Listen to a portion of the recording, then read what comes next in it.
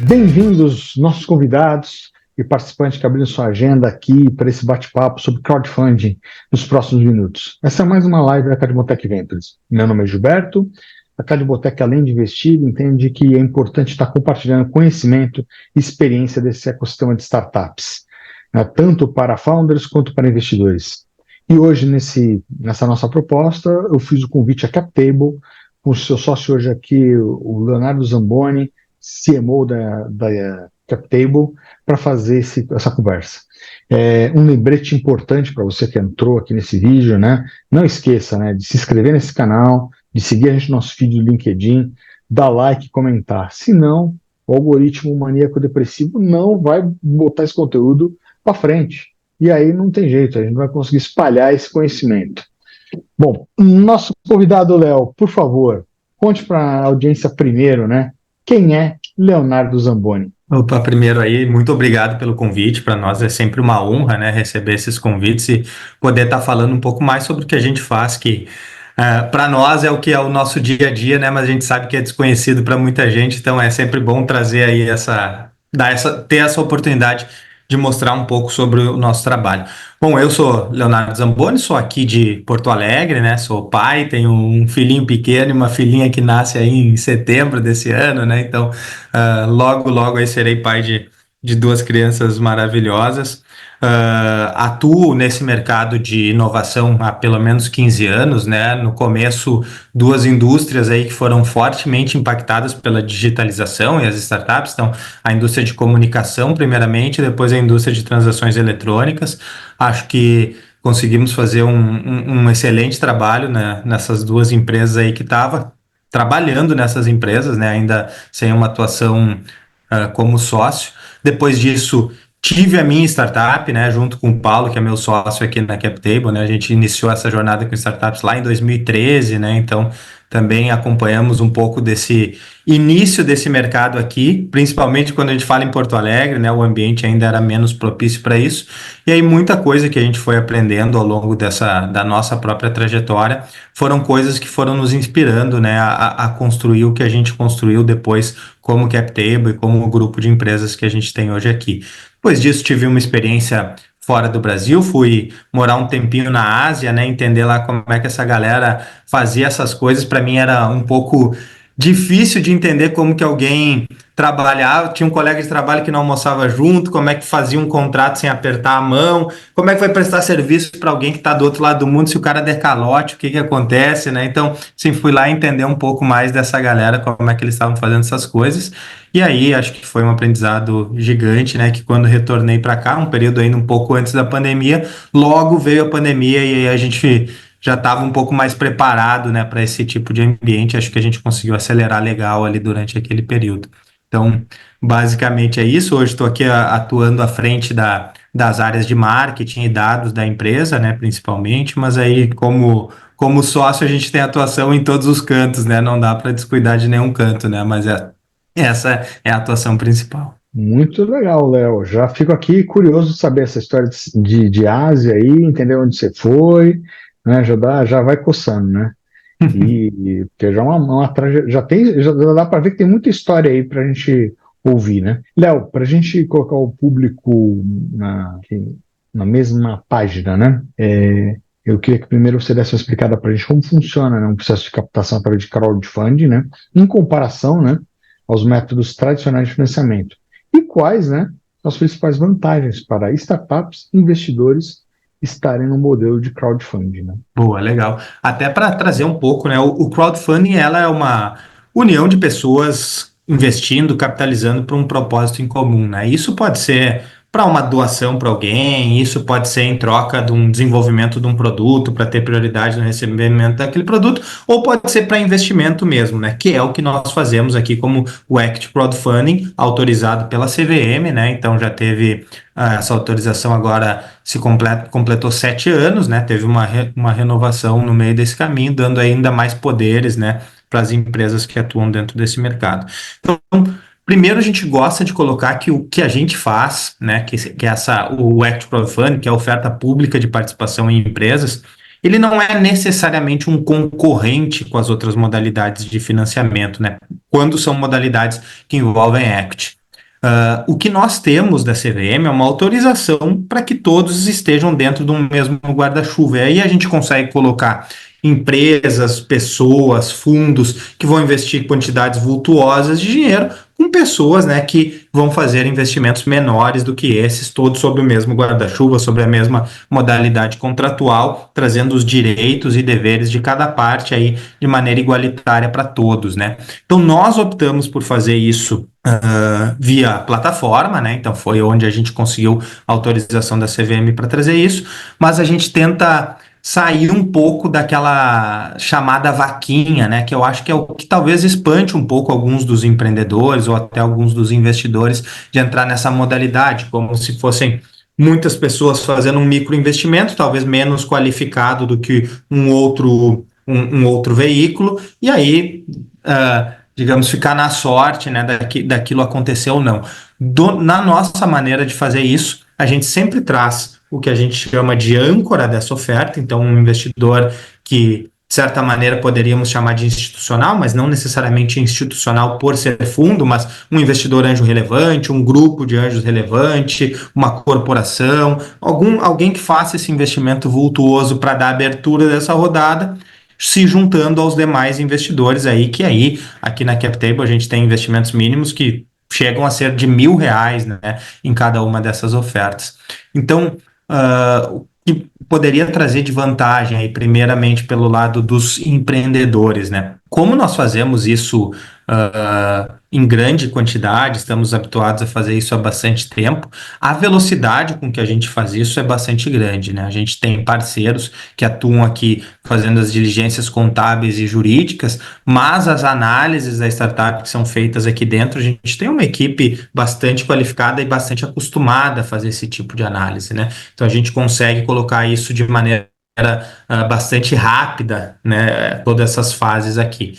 Então, um processo que, por vezes, aí, seja do que nós já passamos, seja do que a gente escuta de outros empreendedores, aí levando, às vezes, mais do que um ano fora aí dentro, no mercado, aqui a gente consegue colocar isso em semanas ou poucos meses, né, dependendo da complexidade de cada um dos negócios. E aí também, como nós já temos essa rede bastante relevante, a gente consegue utilizar de parceiros externos, né, para nos ajudar a avaliar cada um desses negócios, trazendo eles para os nossos comitês para que a gente consiga entender, porque aqui nós somos o ambiente, nós somos a plataforma, né? Nós não somos o investidor dessas ofertas, como seria um fundo, e também não somos nichados em um único tipo de negócio, então não temos condições de ser especialista em todos eles, né? Num dia a gente está falando de agricultura de precisão, no outro dia a gente está falando de rastreabilidade com blockchain, no outro dia a gente está com os assuntos mais diversos aí, né? Então nós trazemos parceiros de mercado para nos ajudar nessas análises e aí a gente consegue fazer isso de maneira bastante célere, né? E também acho que do que a gente construiu nesses anos todos, né? Dos nossos grandes orgulhos é a rede de audiência que a gente tem, né? Então são 50, 60 mil pessoas interagindo conosco semanalmente, e aí no momento que a startup faz essa captação pública de recursos, a gente consegue dar uma visibilidade para ela, que nesse momento que a gente costuma fazer os negócios com ela, é o lugar onde ela provavelmente vai investir mais dos recursos do que ela está captando, né? Seja em marketing, seja em comercial. Então, ao longo do período de captação, a gente consegue dar uma exposição falando bastante sobre o produto, sobre o serviço, sobre os empreendedores, sobre os planos futuros do que vão fazer, que muitas vezes esses investidores se tornam, né, clientes dessa startup e, por vezes, talvez até nem se torne investidor, mas por algum motivo não gostou do valuation, não gostou de alguma coisa ali dentro da startup, mas topa ser cliente daquela startup, então a exposição é bastante relevante durante o período de captação. Também algo que talvez no passado dessem menos atenção, mas que hoje acho que todo mundo tem uma atenção muito grande nisso, que é de estar todo mundo num contrato guarda-chuva com os mesmos direitos e deveres, né? Porque fazer a captação com 20 investidores anjo, com 5 fundos de investimento, né? Acho que é bastante interessante, mas quando cada um tem um direito contratual diferente, na hora das próximas rodadas, ou mesmo numa saída, isso tende a ser um problema, né? Aqui a gente consegue colocar todo mundo dentro de uma mesma estrutura, onde todo mundo tem o mesmo contrato, e aí não são diferentes contratos aí para serem entendidos, né, no momento de uma nova rodada ou de uma saída. Também, né, o apetite por crescimento é bastante grande, mas, diferentemente dos fundos que talvez vão carregar esse investimento por 10 anos, aqui a ideia é que esse investimento chegue até o limite de 5 anos, onde é possível a conversão em acionista da empresa, mas se algo acontecer antes, algum evento de liquidez que for interessante para o empreendedor, para os investidores, também podem acontecer eventos anteriores a isso, e aí fazer com que esse capital retorne para o investidor para que ele possa fazer novos investimentos, né? E para o lado do investidor, acho que essa também é uma grande vantagem, além de todas as outras que são para o empreendedor, no fim, acabam se tornando para o investidor também, mas onde o investidor ele pode fazer a seleção de ativos dele diretamente, então ele não está num fundo onde o investimento dele é muito mais passivo, sem selecionar os investimentos que serão feitos, mas também ele consegue entrar com quantias não muito grandes e não ter um comprometimento de capital se ele, porventura, não gostar daquele tipo de negócio, né, se não couber dentro da estratégia dele, né? Então aqui, como eu falei, a gente proporciona investimentos a partir de R$ 1.000. A gente sabe que não é aquele investidor que tem R$ 1.000 sobrando que deveria investir nisso, né? Mas a gente entende que em torno de 10 a 15 ativos é uma boa diversificação. Então, um cara que está ali dentro do ano, que sobrou R$ 20.000, que ali isso compõe até 10% da capacidade dele de investimento, ele vai poder investir entre 10 e 15 ativos, ter uma boa diversificação e ter uma alocação adequada aí dentro desse risco que a gente entende. Então, acho que basicamente seria isso. Perfeito. Léo, eu anotei aqui, né, capturando aqui o que você disse, né, só para tentar recuperar, né, o que você trouxe aqui desse ensinamento aí, né, que crowdfunding pode ser doação para investimento. Quem já nunca recebeu o vaquinha.com lá, vamos doar, tal, né? Você que é de Porto Alegre sabe que rolou muita vaquinha nesse período agora, né, por motivo justo, né? Sim. Você deixou bem claro que não concorre com outras formas de captação, né? Porque é mais uma, né? Uma que soma. Eu mesmo já investi em startup junto com captação de crowdfunding, sei como é, ou seja, acabou tendo o meu contrato junto com o contrato na co-founder Celebrou os dois, mas eu analisei o de crowdfunding que estava rolando e foi base para algumas coisas, né? Empresário, né? Que busca fugir desse termo de vaquinha também, né? Ou seja, vocês buscam trazer investidores qualificados, né? Não acredito somente massificado, né? Não, essa é a diferença bastante de uma vaquinha, né? Você mostrou um diferencial, que é essa coisa do investidor âncora, né? Que ele vai ancorar um negócio, não necessariamente é uma pessoa jurídica, às vezes é um especialista em algum tema, por isso que vale a pena usar inclusive esse investidor anjo para captar outros investidores, para entender que ele está na rodada, né? Ou seja, é como lançar um shopping, né? Para lançar o shopping, mas ele tem que ter 3 lojas âncoras, senão a coisa não vira, né? Não vai, o shopping não vai, se for do preço da loja pequena. Na parte de vantagem, né? Você reforçou a velocidade que você consegue acelerar de investimentos por conta dessa experiência conquistada ao longo de uma década, né? De captações, né? E você também reforçou muito os parceiros, né? Que ajudam a entender o negócio que se atrai, né? Que aí eles vão poder acelerar também muito. A plataforma é bem separada da questão de investimento. Tem alguns crowdfundings que eles fazem um mix, né, de plataforma e aceleradora, então logo eles querem parte do equity, né? Você colocou que não, no caso da. Me corrija se estiver errado, né? É isso mesmo. É. A Captable, ela é uma plataforma, ponto. Ela não está ali para ficar investindo na startup ou cobrando em equity esse processo. O rede, você falou que você tem uma rede, eu vou chamar de comunidade, muito interessante, já no número de cerca de 60 mil pessoas, né? Então, é uma comunidade que é relevante. Lembrando que quem está nas comunidades é porque está querendo investir, não importa se é 1.000, a gente sabe que não é só 1.000, em outros dígitos. Visibilidade, né? Você dá uma visibilidade para o empresário dentro dessa comunidade, logo isso, como você reforçou, gera mais do que só investimento, gera conhecimento da marca, conhecimento da empresa e muitas vezes gera outros tipos de relação, que é perfeito.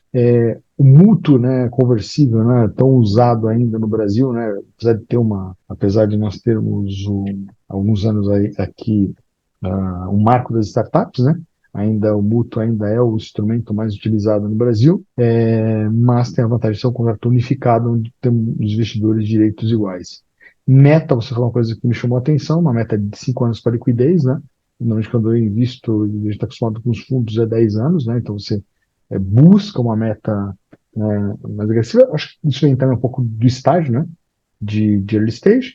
E investidor, né? Diferente de um fundo, né? Você reforçou que o investidor ele é ativo, né? Então, por isso ele pode fazer sua seleção de investimentos. E você reforçou, né? Uma coisa que é muito importante, né? Deixar o investidor atento. Gente, você tem um dinheiro para investir, não colocar todos os ovos no mesmo cesto. Por isso é bom poder ser via cap table pequeno. Vai investir, você tem esse capital, vamos dividir pelo menos por 10, né? Ou mais, né? E depende de montante, né? Para você não ficar com ativos demais ou de menos, né? Assumindo isso muito alto. Porque lembrando, né, a todos que estão assistindo, né, esse vídeo, investir em startup é um investimento de alto risco, né? O risco é alto. Por isso, a chance de ganhar valores relevantes é maior, né? Porque se o risco é alto, também quando dá certo, você tem múltiplos que são muito melhores do que mesmo investir numa bolsa de valores, por exemplo, né? Que quando você tem um múltiplo muito bom, né? 25% ao ano, pode ser até mais, né? Mas às vezes a gente passa momentos como hoje, né? Que você vê grandes empresas no Brasil estão com um valor muito depreciado numa bolsa. Resumir. Perfeitamente. Eu esqueci de adicionar um fato, né, principalmente nessas vantagens do investidor, é que desde 2022 a CVM nos autorizou a construir um mercado subsequente de participações, né? Então, se eu busco liquidez anterior à liquidez que a empresa vai fornecer, seja pelo mercado, seja da maneira que pelo vencimento da nota por algum motivo, eu posso acessar esse mercado e fazer uma oferta, seja de venda, seja de compra, e trazer ou liquidez ou aumentar a minha exposição dentro daquela empresa, se eu julgo que ela está cumprindo aquilo que eu esperava. Então, isso, digamos, num comparativo com bolsa, né, o que a gente já fazia já era o IPO, né, e aí tinha que aguardar alguma coisa acontecer ao longo do caminho. Agora a gente tem a parte onde, não é exatamente esse termo, mas como uma bolsa, né? Então tem ali onde tem os investidores que vão colocar lá no mural as ofertas de compra e de venda e vão fazer essa transação. Então, existe hoje também essa possibilidade. Tem o pessoal ali, tem alguns que gostam de ficar, digamos, não é o day trade, mas é o cara que fica ali olhando, né, fazendo arbitragem nos valores, né, e fazendo essas negociações também. Sim, você gerou o mercado secundário, né? Que era É uma demanda isso. muito grande lá quando eu entrei como startup. Havia essa discussão, né? De ter um mercado secundário, né? Que não estava maduro, né? E agora começa a amadurecer, né? Desde que a pessoa esteja cadastrada na plataforma, né? Isso. Saiba, né? Você tem uma vantagem sobre alguns produtos por você poder ser oferta pública, né? Porque você respeita valores de captação e tudo mais, né? Bom, próxima pergunta, Léo. Quais são os critérios e requisitos de uma empresa precisa, né, que uma empresa precisa para atender, né, para ser elegível, né, a uma campanha de crowdfunding na sua plataforma? Boa. Nós, assim como trouxemos anteriormente, aí temos a ideia de ser ambiente, de ser plataforma, onde as coisas acontecem, né? Então, nós não temos um foco específico num nicho de mercado, num segmento de empresas, numa característica específica. Porém, nós, como empreendedores, sabemos que não devemos, né, fazer um empreendedor perder tempo. Então, algumas características a gente já entendeu que funcionam mais para fazer essa distribuição pública de recursos e para trazer bons investidores âncoras aí para dentro da rodada. Então, um negócio muito inicial, que ainda não tem faturamento, por exemplo, é muito difícil que a gente consiga levar ele adiante, a não ser em casos específicos. Eu já tive agora recentemente uma empresa que tinha emitido a primeira nota, ainda recém estava no começo, mas era um trabalho de anos de pesquisa com o diretor, o ex-diretor global de inovação da BRF, também pessoas pesquisadoras ali de grande qualidade ali dentro da empresa. Então a gente colocou essa captação no ar, também vários fundos entraram nessa mesma captação, então a gente conseguiu sucesso, mas em geral não roda bem, né? Não é algo que a gente leva adiante em empresas sem faturamento ou num faturamento muito inicial. A gente precisa já ter mostrado que essa empresa achou um caminho de crescimento e que esse recurso vai alavancar esse crescimento, né? O recurso captado via CapTable não deve ser um recurso para testar alguma coisa nova, né? E sim para, a partir dos testes que mostraram que que ali existe uma alavanca de crescimento, vamos capitalizar aquela empresa para que ela consiga chegar, né, no próximo estágio. Então, esse é um dos critérios. Ela precisa estar no Brasil, e aí é questões regulatórias, né? Eu não posso fazer uma captação para uma empresa que não esteja no Brasil. Ela tem que ter tido no último ano calendário um limite de 40 milhões de reais faturados, ou se ela pertence a um grupo econômico, 80 milhões de reais faturados. Também em relação ao tamanho da captação, ela não pode exceder 15 milhões de reais a cada ano, né? Então, esses são limites regulatórios. Como CapTable, a gente coloca essas restrições de que não pode ser uma empresa muito inicial, as pessoas que estão liderando a empresa têm que ser full-time na empresa, né? Então não é algo que ele esteja ali fazendo no final de semana ou em outro tempo, tem que ser uma dedicação total aí para essa empresa que está captando recurso. E também o ideal é que seja uma empresa que já esteja pronta para capturar toda essa visibilidade que a gente vai dar para ela, né? Então, poxa, pegar uma empresa aí de um segmento B2B que de repente tem 50 leads falando com ela na semana e ela não tem condições comerciais de atender esse público, talvez não seja o ideal, ela não consiga aproveitar todos os benefícios que a gente traz aqui como CapTable. Mas, em geral, não tem uma restrição de largada, né? E sim depois que a gente avalia aqui internamente os negócios. Cabe ressaltar também que muitos dos negócios chegaram até nós no momento mais inicial, e aí a gente foi acompanhando eles ao longo do tempo. Quando a gente entendeu que era o momento certo de fazer essa captação, aí sim a gente levou adiante, né? Então, empreendedores que estiverem nos assistindo, nos ouvindo aí, que talvez não seja ainda o momento ideal da captação, acho que é o momento de iniciar um relacionamento, né? Então podem trazer aqui os negócios para nós que já vamos ajudando vocês a analisar eles e trazer aí de repente alguma sugestão de caminho aí. Acho que mesmo os negócios que não acontecem são boas conversas aí que a gente tem, com certeza. Bom saber, Léo, que está sempre aberto a conversa, né? O cafezinho sempre é bom, né? A troca de ideias, É, né? importantíssimo. Bom, recapitulando aqui, então, ter faturamento. 2, testar. O dinheiro não é para fazer MVP aqui. 3, Brasil. Não estamos captando dinheiro fora do Brasil. CVM, né? Você fica restrito. Limite. A empresa tem que faturar até 40 milhões. Se ela pertencer a um grupo econômico, até 80 milhões. Captação. Limitado a captação até 15 milhões de reais. Founder, dedicado. Não adianta querer dinheiro, mas tá todo mundo como executivo em empresa. Ninguém está ali no dia a dia do negócio, aí não funciona, aí não vira. Empresa pronta para captar leads gerados. Você vai ter uma exposição vai gerar reuniões, vai gerar conversas, e aí você não tem estrutura para estar conversando com, vai perder. Então aí você queima todo mundo, né? O elo da cadeia dá errado. Perfeito? Perfeito.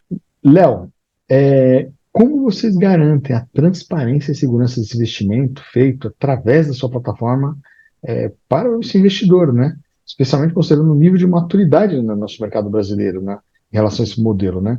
Porque assim, vamos falar de bolsa de valores, que é uma coisa que nós temos décadas no Brasil e a gente ainda vê uma imaturidade, né? O brasileiro, as pessoas falam, nos Estados Unidos, metade dos investidores aplicam na bolsa de valores, né? E aqui está muito longe disso, apesar dos números crescentes nos últimos anos, né?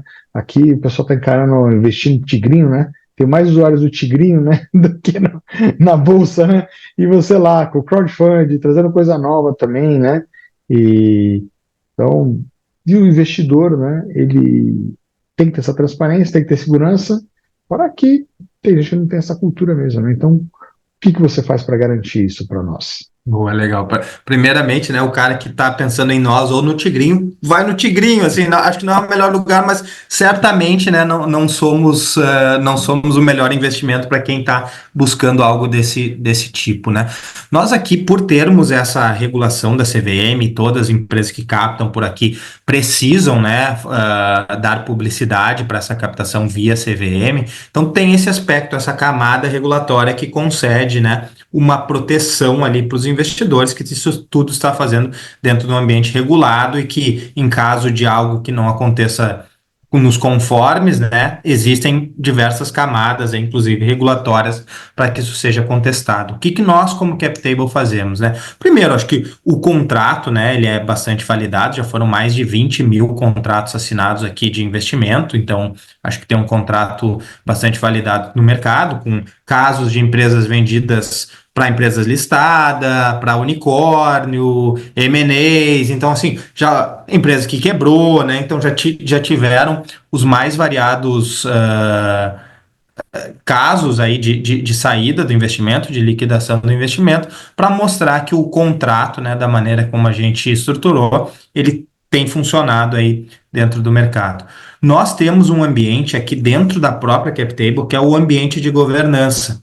E ali, o próprio empreendedor sobe as suas informações ali dentro desse ambiente. A gente tem uma camada de aprovação interna para que, por algum erro de digitação, alguém lançou uma informação errada, a gente tem aqui alguém que faz essa aprovação antes de liberar isso para os investidores, e os investidores conseguem acessar as informações das startups que investem dentro da própria plataforma da CapTable. Isso não é via troca de e-mails, isso não é grupo do WhatsApp, isso é lá dentro da própria plataforma da CapTable, onde tem os índices históricos acompanhados da empresa, além de upload de arquivos, um fórum para interação entre os investidores e com os empreendedores também. Então, isso tudo acontece lá dentro da própria CapTable.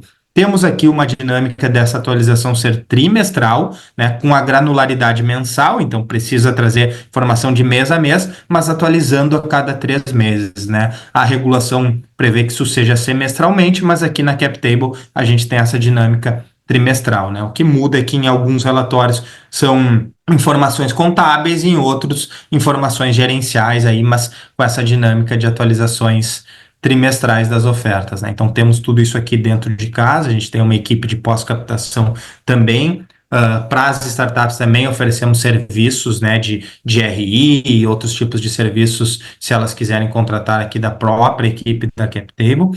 E aí, acho que falando aqui principalmente para empreendedores, né, acho que o lado no pós-captação, talvez que olhe menos para a governança, eu ainda acredito que é o lado dos empreendedores, né? E a gente escuta isso de fundos, de aceleradoras, de diversos tipos de investidores, que o empreendedor, muitas vezes, depois de captar o recurso, ele opta por trazer poucas informações ou, por vezes, atrasar a entrega dessas informações, quando, na verdade, ele poderia estar se beneficiando do investidor do outro lado, que certamente, quando ele escolheu, não foi somente por causa do dinheiro, né, e sim pelos benefícios que ele pode trazer para a empresa. Então, acho que tratar a sua base de investidores de maneira estratégica seria um ganho para esses empreendedores, né? Então, dar mais atenção para isso é melhor do que se incomodar por não fazer isso da maneira mais adequada, e aí, se não faz isso da maneira adequada, acaba tendo as repercussões disso, né? Seja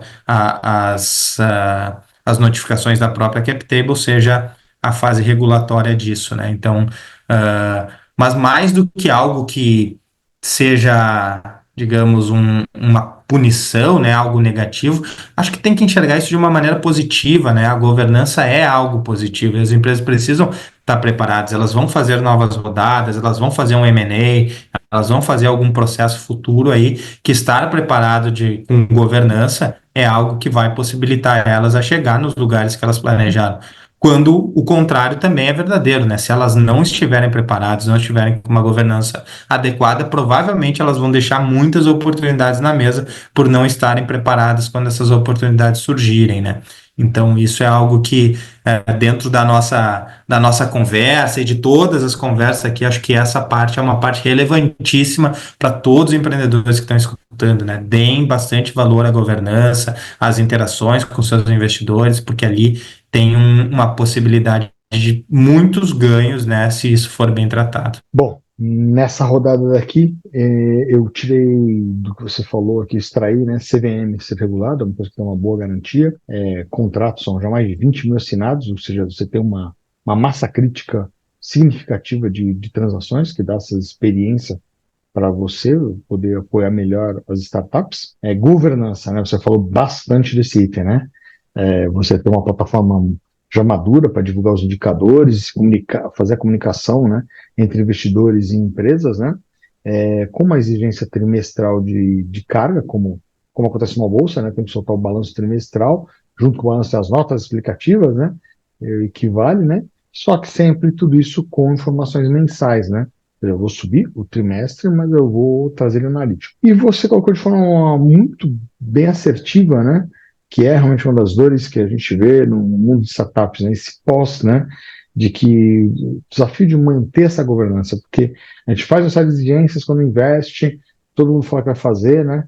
Mas assim, aí eu fico numa dúvida, né? Porque eu mesmo passo por isso, Léo. Tenho investidas, eu cobro material, cobro uma dificuldade, principalmente quando founders se sentem a última bolacha do pacote, né? Se acham gênios e falam, não preciso de dar essa formação mensal, tal. Não entende o quanto isso é importante para uma próxima rodada, né?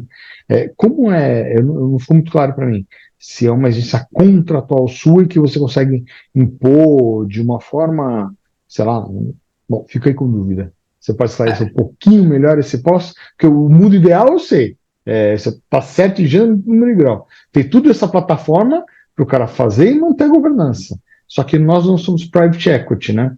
Eu tenho minha nano VC, como eu brinco, né? A Carimotech, você está aí como uma crowdfunding que está captando dinheiro para eles, mas quer ajudar eles, mas só por estar captado na CapTable, eles vão realmente já automaticamente cumprir-se o que deveria ser inato dele de trimestralmente trazer informação? Não é uma garantia absoluta, né? Inclusive, eu tenho uma previsão regulatória de que aqueles que não cumprem, eu devo informar quem são aqueles que não cumprem. Então, hoje, se acessar lá a página da CapTable e ver todos os projetos captados, aqueles que não estiverem em dia são sinalizados que não estão em dia, né? São poucos casos, mas acontecem esses casos, né? Então, tem empresas que não mantêm seus indicadores em dia. E aí, no nosso contrato, está prevista a rescisão antecipada desse contrato se essas informações não forem divulgadas da maneira correta, né? Então, como tu está assinando um mútuo conversível, tu pode, inclusive, dar causa, né, para uma rescisão contratual ali desse contrato, se tu não informar, se tu não passar essas informações. Esse é acho que o última coisa que se deveria, né, buscar, né, mas é uma previsão contratual caso isso não seja cumprido, né, mas com certeza, assim, essas informações, nós como CapTable, como eu trouxe anteriormente, nós somos plataforma, nós somos ambiente, a gente não está participando do conselho da startup, a gente não está lá no dia a dia da startup, esse não é o nosso foco, esse não é o nosso objetivo, então, assim, dependemos desse envio de informações. Eles e na sua grande maioria acontecem da melhor maneira, mas tem algumas exceções sempre a cada atualização que acabam atrasando essas informações, né? Perfeito. Então, vou pegar já um gancho também, vou voltar no item que você falou lá no começo, os parceiros, né, de investimento, né? Eu entendo que são assuntos conectados. Essa questão de governança com esse investidor líder, esse investidor âncora, né? Qual é o papel desse investidor, né, nesse processo de acompanhamento, né? Porque Boa.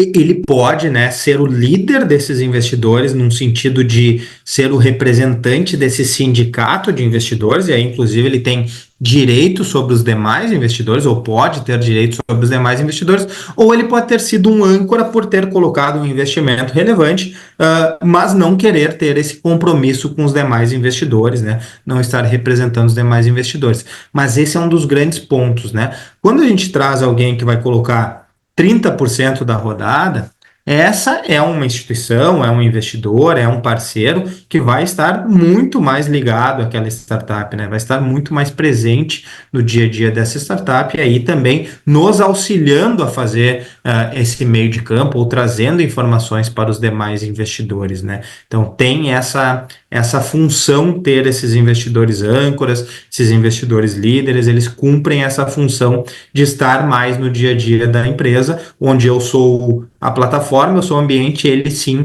é o investidor que está lá na ponta, né, lidando com essas startups, e aí são muito úteis, né, para tudo que a gente precisa, inclusive, por vezes, são fundos de investimento, né, então Domo, Berta, KPTL, e aí o relatório que ele já fornece para o fundo, ele fornece aqui para dentro da estrutura dos investidores da própria CapTable também, né, a gente, até no começo, a gente adotava o nosso padrão de como as coisas deveriam ser, mas aí começa a surgir muita empresa que tem lá 4, 5 fundos e, poxa, eu tenho que fazer um relatório para cada um. Então a gente começou a flexibilizar e aceitar esses relatórios que já são enviados para os fundos também. Então a gente tem isso aqui dentro da plataforma e conta bastante com a ajuda, né, desses âncoras, desses líderes de investimento. Muito bom, Léo. Acho que isso faz todo sentido, né? Para poder o ecossistema ganhar força, né? E multiplicar sua energia, né?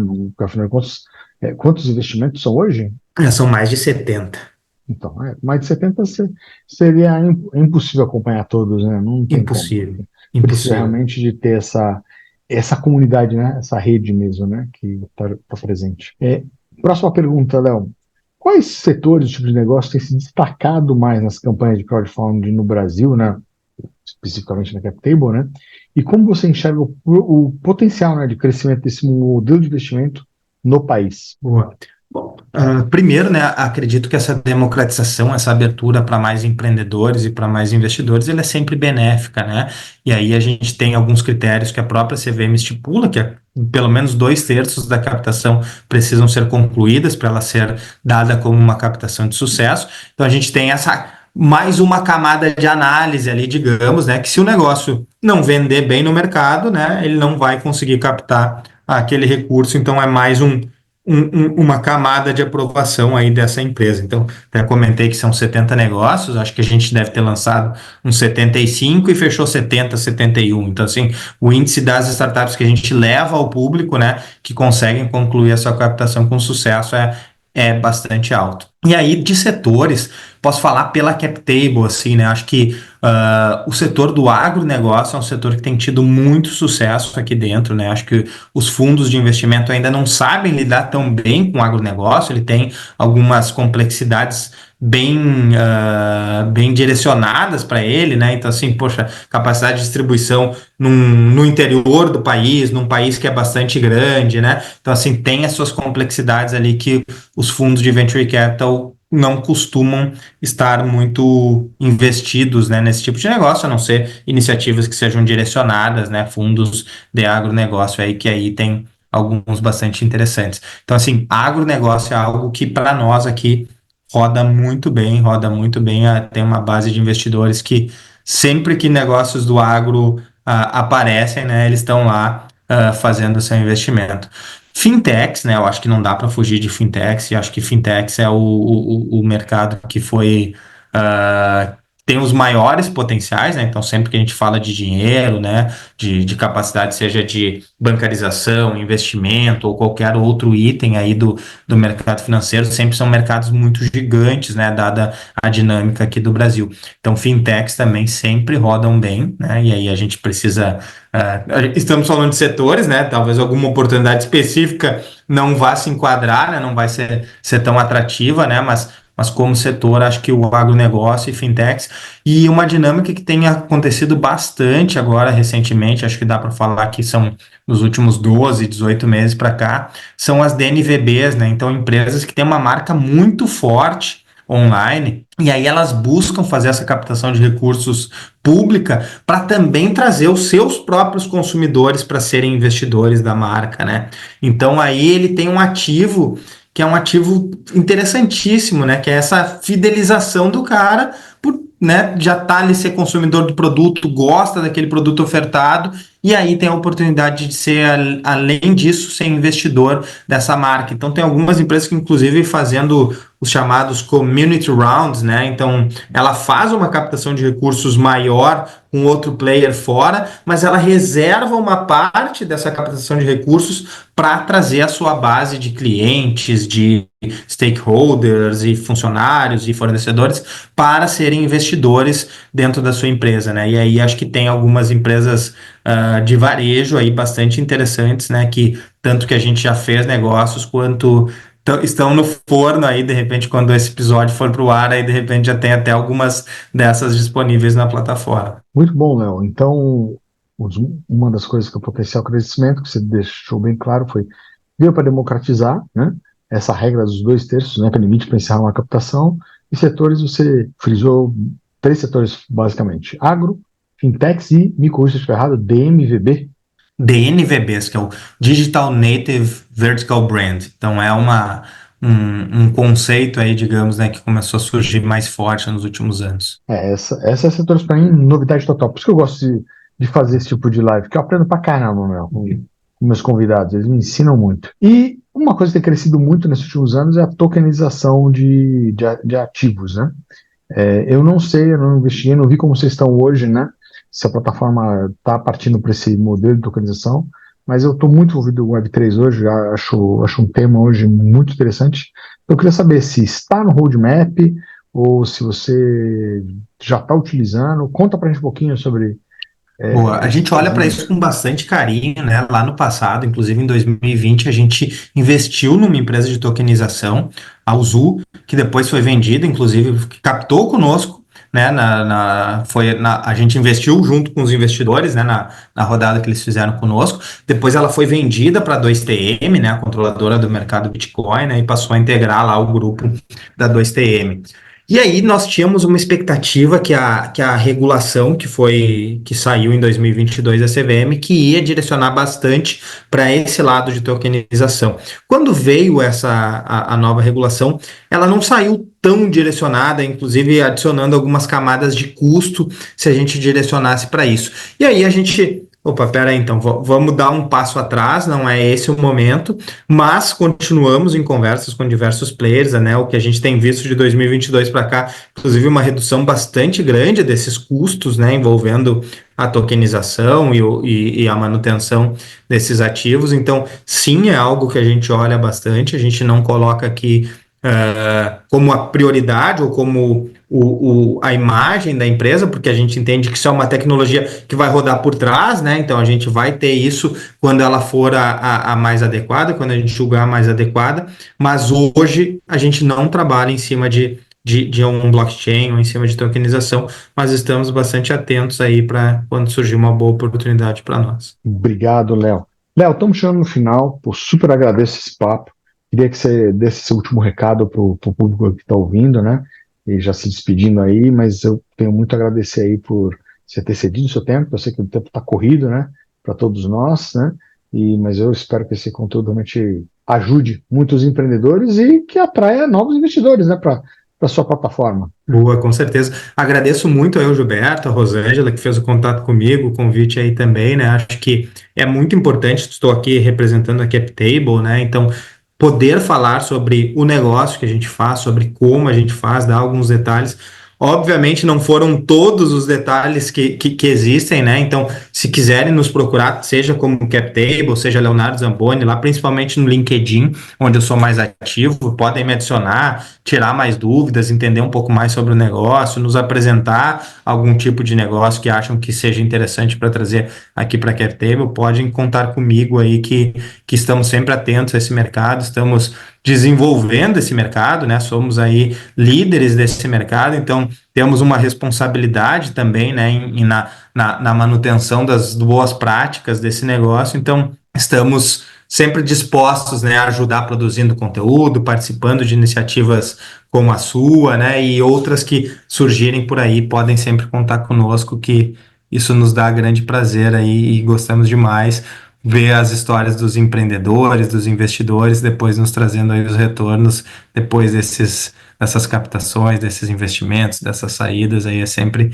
gratificante. Perfeito, Léo, muito obrigado mais uma vez, agradeço demais aí toda essa contribuição que você deu hoje, a nossa equipe para sustentação, a Rô, mais o restante pessoal que ajuda na parte de edições de vídeo, e só lembrando, você que chegou aqui a esse vídeo até agora, né, não esqueça dos 3 Cs, curtem, comentem, compartilhem esse conteúdo nas redes sociais, só assim nós vamos mais longe aí, trazer mais empreendedorismo para o nosso país. Um abraço a todos.